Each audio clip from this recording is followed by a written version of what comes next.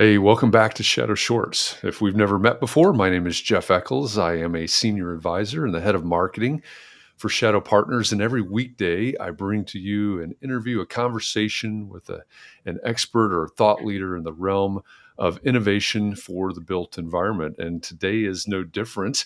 I'm joined today by a colleague of mine, is Matt Ohlman. He's a CTO and general partner at Shadow Ventures, and he's also working with us over on the partner side in different roles over there as well. And so one of the things I really love about Matt is his focus on tech and understanding of tech, specifically in the world of investing. So I thought today we could talk about tech diligence and what to look for, how to understand what you're getting in investing. So Matt, welcome. I'm glad you're here. Thanks for joining me for this today. Yeah, thanks for having me. I've been waiting in the wings for my call on Shadow Shorts, so I'm glad to be here. There's a little bit of tongue in cheek there coming No, coming not from Matt, but it is great to have you here. And I'm always is probably one of the least technical or tech savvy guys on the team. I'm always just mind boggled when I hear you and KP and others talking not only about tech but also how you're doing that due diligence and what how to know what you're getting into when you're looking at investments. So when you were going through that process, what are you looking for? What are you looking at specifically, I guess, on the tech side before you say, "Hey, thumbs up, thumbs down. This is something we're going to pursue on the investment side, or it's not." Yeah, for sure. So yeah, that's a big part of my job at Shadow Ventures, right?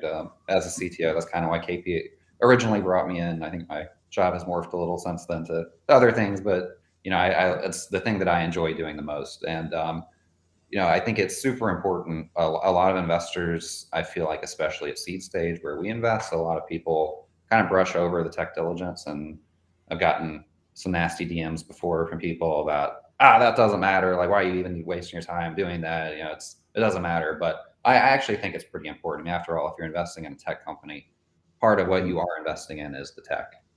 So it is important to understand what you're doing. So I think there's a couple buckets, right? When you look at early stage investing, like a pre-seed or an angel round, yeah, looking at the tech is less important because most of the time the team hasn't built any tech. So you're really making Right. more investment just the team itself. Then when you have your later stage rounds, Series A, Series B, and beyond, looking at the tech is very important there, but you're looking for very different things. I feel like, yeah, at that stage, you're looking for, is this, I call it more process things and more of team as a whole things. Like, is this team going to be able to scale? Are they going to be able to hire?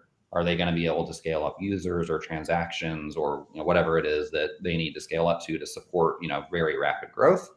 As well as do they have the chops to build processes to ensure quality and ensure that a team can work together, and kind of all of those things that come when you're rapidly adding 50, 100 developers to a team in a very short period of time. Those things are more important. Where we invest is at seed, where typically there is a product, some level of a product built, probably doesn't have product market fit, or maybe it has the early signs of product market fit. But generally speaking, there's a lot of work to do on the product, but there is something there, right? So when I start to dig in, before we invest at seed, one of the biggest indicators of success that I have seen, and I've been a part of many, many, many, many product teams. I founded my own companies. I've been a first engineer. I've been an early employee. I've been an outside advisor. I've been hired to do M&A diligence. I've done expert. So I've seen a lot of how I have hundreds probably of different products and a lot of code. But I'll tell you that the one thing that I see at Seed that's the biggest indicator of success for me is the team's decisions around technical debt. Okay. So meaning, much like in our financial lives, we're told that debt is a good thing to an extent. So it's a smart decision to go out and buy a house and invest in that, and you pay your mortgage over time, and then when you retire, you have an appreciating asset that's worth a lot of money, right? I think it's similar with tech. You take on a certain level of technical debt, and that is actually a good thing.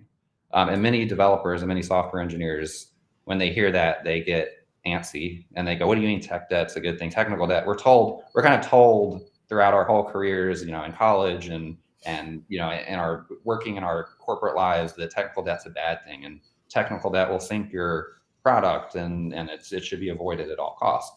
I think at Seed, a certain level of technical debt is actually quite healthy, because the most important thing that we can do as founders and entrepreneurs at a seed stage company is build product that delights customers as quickly as possible, because we need to get to product market fit, right? So that use of technical debt and that the team's choices around that tell me a lot about if they're going to be able to get there and if they can move and iterate at the speed they need to. Yeah. So that makes a lot of sense. I mean, so we went, you talked about the pre-seed, the early stage, which, not coincidentally, we're getting ready to launch the next round of our incubator, which will be focused on that. And the focus of that incubator program will be customer, right? Understanding the customer. And so then you get into the seed stage and the tech, and you've talked about the team and scaling and product and on down the line.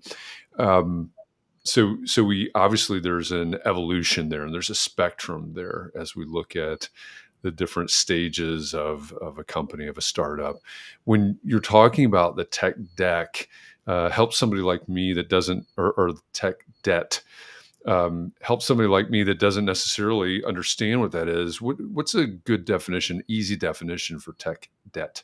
Yeah. So technical debt is when you as a team decide to do something with your product or with your code or with the architecture of the code that you're building.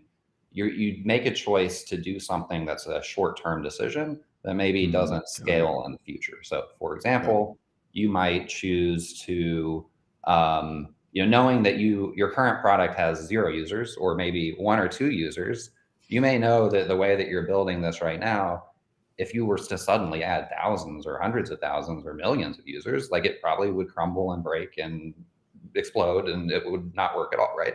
But Right. knowing that you only have a few users now, you can make those choices in the short term and then know that later down the road, you can come back and fix that or pay down the tech debt, so to speak. Got it. So it's really a short term decision that you're making a trade off basically for speed or some other factor Mm-hmm. that you'll have to revisit in the future. Okay, but it's proof of concept at that point, right? Is Many that times, yes, many Yeah, times, but you'd be surprised, like, from an engineering perspective, I mean, we're taught to build things that are robust and solid, sure. and Yeah, by the way, many software engineers, myself, I've made all these mistakes, by the way. Many software engineers want to build something that they're very proud of, and they can say, "Oh my gosh, look what I did! This thing can scale. We could add 1 million users tomorrow, and it can scale up." And that's a hard problem, right? And that's something that's mhm, difficult, and it's something that we get excited about solving. However, you got to really temper those instincts, in the short term to be able to iterate quickly and build product for customers. yeah, yeah. So it seems to me there's sort of two sides of this, especially in the investment arena, right? There's the side where we have the startup, right, the founder side, and then of course there's the investor side. And in our world, sometimes that's a fund, it's an individual, we're focused on innovation for the built environment. So it might be an engineering firm or a construction company or somebody like that. So, what's the big takeaway? When we're talking about tech diligence, if I'm a founder, what is it that I need to be doing to position myself? And I guess you can pick the stage that you want to, because we talked about that spectrum. But what do I need to be doing as a founder to prepare myself for a potential investor that's doing a lot of tech diligence? Yeah, I mean, first and foremost, be honest. No reason to try to hide things and make things seem better than they are. Like, we know as investors, especially in early stage, everything is not going to be perfect. There's no situation in which we're going to come in and it's going to be the most perfect, beautiful code with everything, all the ducks in a row, right? So, like, really, being honest during the diligence process about where you are and articulating the choices that you've made and why you've made them is the most it's the most useful thing you can do, at least for me, because like I said, I'm not planning on coming in and like I'm not looking for a reason to not invest, by the way.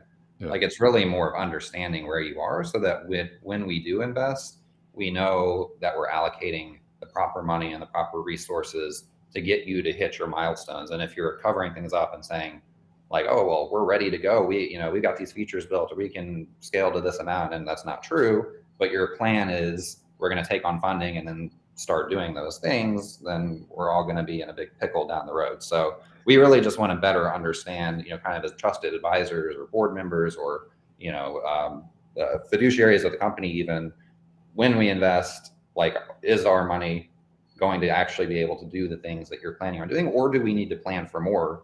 That could be more funding or more time or whatever it is, so that we can all be successful together. Okay, so flip the script now, and if you've been, as you said, you've been on both sides of the equation, but look at it now from the investor side. What do I need to be paying attention to as I'm doing my tech diligence? What are maybe the top three things that I'm looking for? Yeah, I mean, it's really it's hard to describe, honestly. Like if you're not, it's tough for me. I come from a software background, computer science background, and I built software, so it is kind of tough because there's no two systems that are the same. There's no one way to build any one product. You can build it 100 different ways. So it is honestly kind of tough to put a finger on like a very succinct message of what to be looking for. I'd say other than generally the team should be able to simply articulate to you, even as a non-technical person, the architecture and what they've built. And then you should be able to bring in someone who has written code before and they can back up those assumptions very, very simply, right? Like it's not, it's rarely ever so complicated that it can't be boiled down to terms that a layman can understand and then shown very quickly in kind of a code review format that those things that they said actually match up to reality. Yeah, that makes sense. You've got to be able to explain it to your grandma. Exactly. Yeah. So as we look forward, we're past the halfway point now, 2023. So as we look forward to the end of 2023 and beginning of 2024, what excites you the most about what you're seeing out there in the startup world? Yeah, it's a cliche, but everyone's talking about AI. It is exciting. It's definitely exciting. I think what we're seeing now is basically, more or less a consolidation of AI into these larger players. So you've got OpenAI, obviously. Facebook just released a new open source model that they're saying is called Llama. That they're saying that rivals OpenAI, right? So like it really is reminiscent of the early days of kind of web software, whereas I was building web applications back in the early 2000s, and it was quite difficult because it hadn't been done thousands, hundreds of thousands of times like it has now, right? So the tooling, at that point was basically from scratch. Now it's evolved to we have all these open source frameworks and tools and examples, and everyone's done it many times. So it's like, back then saying, well, I could do it as desktop software, I could do it as web software. Desktop software was a lot easier. It was an easier choice. Now it's like, who would ever build desktop software? Like it's 100 times easier to build a piece of web software now with all the tools available. And I think in a way these AI companies are causing that same thing to happen. So whereas we had companies before that their sole focus was we're an AI company doing X, Y, and Z. Let's say we're AI and we're doing construction drawings, parsing construction drawings with AI and doing takeoffs or whatever it is, right?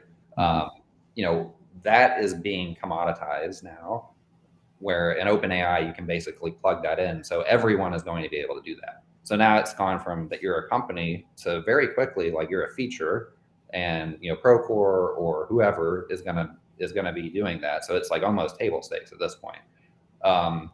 So I think it's really interesting, but I do think that a lot of these companies are going to kind of turn into features. And so many of their time, much of their time, maybe kind of on on borrowed time, so to speak. Whereas the larger companies are going to start implementing AI, and it's going to make everyone's life a lot easier. But like I said, it's going to become commoditized. So I'm really interested to see, where that goes, and also just the general challenges around data management with AI. I think is a very interesting topic that I'm keeping my eye on closely. And as it evolves and everyone gets more comfortable with it or more familiar with it, like how are we going to see companies pushing back? So are we going to see end users of software platforms going, "Hey, you can't use my data in your AI models for everyone else to benefit"? Are we going to see, specifically in construction and real estate, are we going to see owners start to push that onto their contractors, who are then going to push that onto the software companies? So it's like, and then are we going to see government regulations who are going to push all of that? It's just like in construction, everything's fragmented, but there's a very succinct chain of the value chain of Right. how the money flows, right? So are we going to start to see all of those parties kind of push down on the others, and how is that going to affect what these companies are doing with AI? It's a really fascinating topic that I'm looking forward to seeing what happens. Yeah, yeah, it is fascinating, and if you're out there listening to this now or watching this, if you love these conversations, and as Matt said, everybody loves talking about AI. We at Shadow are looking forward to October 24th through 26th, in Atlanta on the campus of Georgia Tech. We're going to host the 7th annual Shadow Summit. You can find out more about that at shadowsummit.com. The URL's in the lower left-hand corner of your screen right now. But one of the panels may actually happen to be about AI. You just have to wait and see. Hint, hint. So if you're not familiar, Shadow Summit is a yearly summit. It's exactly what it sounds like. It is purposefully intimate, a maximum of 200 tickets. We can't bring more chairs into the theater, so 200 tickets maximum. And it is 2 days of diving deep into conversations like this: venture funding, tech diligence, generative AI, things that affect housing, things that affect labor, finance, economy, and financial uh, outlooks for investing, et cetera. So go to shadowsummit.com for more information about that. Again, it is purposefully intimate and highly curated. So there's a button at the top of that page at shadowsummit.com to apply to attend. Hit that, because the tickets are, I get a notification every once in a while about another ticket or a group of tickets being sold. They're going. Get yours now. So go to shadowsummit.com for that. Matt, thanks a lot for this. We could keep going, obviously, with this conversation for a long time, which is, what's going to happen at Shadow Summit. And appreciate everything you do, and appreciate this conversation today. Of course, thanks, Jeff, for having me. Appreciate you having me on. Absolutely. And for all of you out there, thanks for joining us. We'll be back again tomorrow with another conversation with an expert or thought leader in the realm of innovation for the built environment. So see you tomorrow on Shadow Shorts. Thanks, everybody.